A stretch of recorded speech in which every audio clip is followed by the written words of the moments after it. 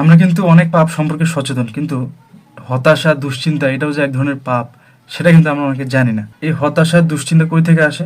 আপনার অতীতে আমরা কি করছি না করছি আর ভবিষ্যতে কি হবে না হবে এটা থেকে কিন্তু হতাশা আসে।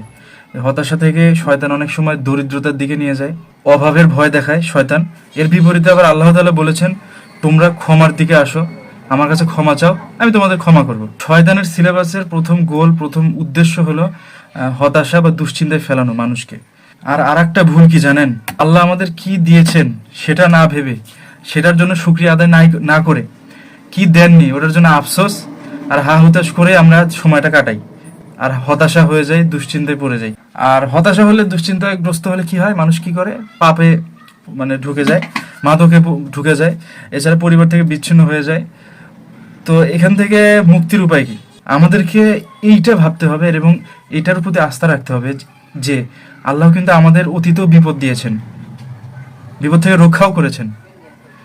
এটার প্রতি আস্থা রাখতে হবে যে এখন যে বিপদটা দিয়েছে, ইনশাল্লাহ এখান থেকে আমরা মুক্তি পাবো।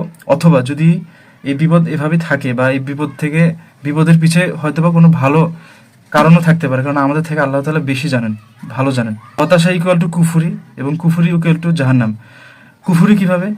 আল্লাহ যে রহমত দেবেন বা তার জন্য এটা যে ভালো, এটা স্বীকার না করা, এটা হলো কুফুরি। আমরা বিশ্বাস রাখবো যে এই যে আমরা এখন বিপদে আছি, ইনশাল্লাহ এখান থেকে আল্লাহ তাআলা মুক্ত করবেন এবং এর এর পিছে অবশ্যই ভালো কোনো কারণ রয়েছে।